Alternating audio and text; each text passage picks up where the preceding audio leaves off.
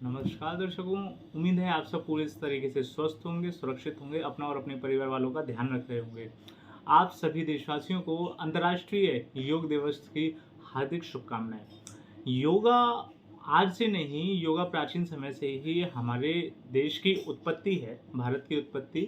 और योगा सिर्फ और सिर्फ बीमारियां ठीक करने में नहीं, सिर्फ आपकी शारीरिक बीमारियां नहीं, आपके मानसिक तनाव को दूर करने में भी बहुत ज़्यादा कारगर साबित हुआ है। योगा का चलन बहुत समय पहले से है, लेकिन आज के समय में योगा की ज़रूरत बहुत ज़्यादा है। योगा आपको पूरे तरीके से स्वस्थ और पूरे तरीके से आपको ये मानिए हर तरीके से आपको मेंटली ले लीजिए, आपको फिज़िकली ले लीजिए, एक आपका जो बैलेंस बनता है आपकी लाइफ में, आपके वर्क में, स्ट्रेस मेंटेनेंस में, योगा की बहुत बहुत ज़्यादा इम्पोर्टेंस होती है और बहुत इम्पोर्टेंट रोल होता है।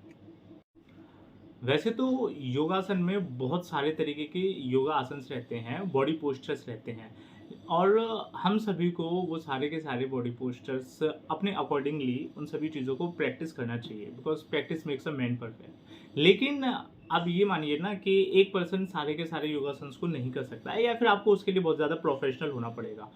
पर एक आम आदमी के तौर पर बीइंग अ कॉमन पर्सन आप कौन-कौन से योगासन्स हैं जो कि आप डेली प्रैक्टिस कर सकते हैं और कहीं न कहीं वो आपको एक हेल्दी लाइफ़स्टाइल प्रोवाइड कराने में हेल्प करेगा। आज उसी के बारे में बात करते हैं। काटो। तो बेसिक योगा प्रैक्टिसेस में अगर बात की जाए तो सबसे पहली योगा प्रैक्टिस होती है शवासन। शवासन जिसको नॉर्मली कॉर्प्स पोज भी बोलते हैं। बड़ा ही सिंपल तरीके का आसन है।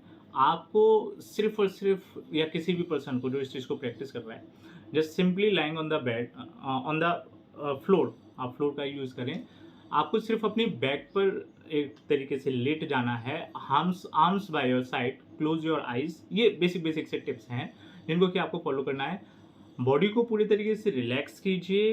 एक डीप, कहें तो आप एक डीप स्लीप की तरफ जाते हैं जहाँ पर आपको माइंड ऐसे समझिए कि स्ट्रेस फ्री कंडीशन मिलेगी, एंग्जाइटी दूर होगी, एक पीसफुल माइंड वाली सिचुएशन आपको देखने के लिए मिलेगी। और आपको सिर्फ कुछ नहीं करना है, just focus on your thoughts, right, and move to a blank space. कहते हैं ना कि एक अनंत की ओर, इट्स जस्ट लाइक समथिंग कि ये स्पिरिचुअल तरीके से भी आपको जोड़ेगा। तो फर्स्ट प्रैक्टिस में यही रहता है, कॉर्प्स पोज और शवासन। दूसरी इंपॉर्टेंट जो योगा प्रैक्टिस होती है, इसको बोला जाता है प्राणायाम। प्राणायाम या फिर आप इसको कह सकते हैं इट्स अ ब्रीथिंग एक्सरसाइज।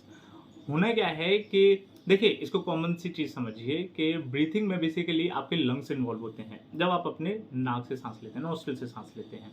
लेकिन प्राणायाम में आप इसके साथ साथ में आप ऑल्टरनेट नॉस्ट्रिल्स का यूज़ करके आप लंग्स से इनहेल और इनहेल वाली चीज़ करेंगे, जिससे कि आपकी ब्रीथिंग पूरे तरीके से रेगुलेट रहेगी, आपका कंट्रोल आपकी ब्रीथिंग पर बना रहेगा।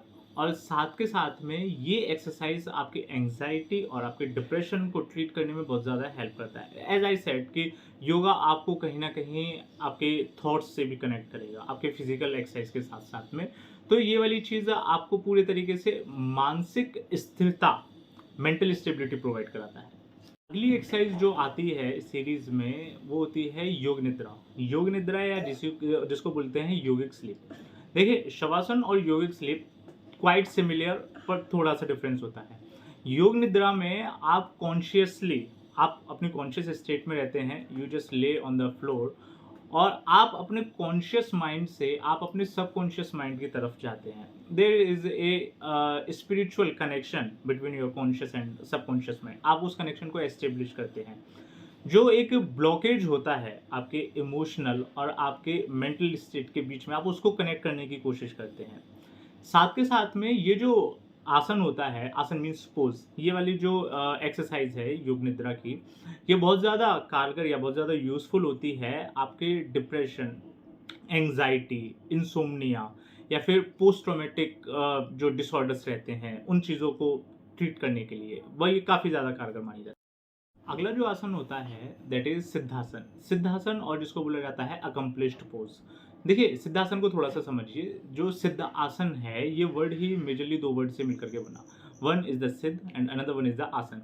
सिद्ध मीन्स हो गया अकम्प्लिश्ड और परफेक्टेड, और आसन मीन्स होता है पोस्चर, मतलब एक योगिक मुद्रा है, ये क्लासिकल योगिक मुद्रा है जिसमें कि आप अपने फ्लोर पर आप पैरों को क्रॉस करके बैठेंगे और क्रॉसिंग पोजीशन में आप अपने फिंगर्स और थंब्स को टच करते हुए स्पाइन को स्ट्रेट रखते हुए अपनी ब्रीथिंग पर कंट्रोल करेंगे। सारी की सारी चीज़ें जो रहेंगी ये आपका ध्यान किसी एक पर्टिकुलर पॉइंट पर लगवाएंगी। जिससे होगा क्या, it actually helps in curing your कह सकते हैं कि आपका जो इमोशनल इम्बैलेंस है या फिर आपका जो मेंटल इम्बैलेंस है उस चीज़ को ये ट्रीट करने में काम आता है ना। एक कनेक्शन सेटअप होगा, आपका कॉन्शियसनेस आपके सबकॉन्शियस के साथ में जुड़ने की कोशिश करेगा। साथ के साथ में ये जो सिद्धासन वाला जो पोस्चर है या ये वाली जो एक्सरसाइज है, ये आपकी स्पाइन को बहुत ज़्यादा स्ट्रेंथ प्रोवाइड कराता है। ये ऐसा है कि इस पोजीशन में बैठ करके एज पर द योगा कि इस पोजीशन में बैठ करके you are allowed to flow the energy inside your body. ऊपर से नीचे तक आपकी बॉडी बहुत ज़्यादा एनर्जी फुल फील करेगी, बहुत ज़्यादा अकम्पलिशमेंट रहेगा एनर्जी का।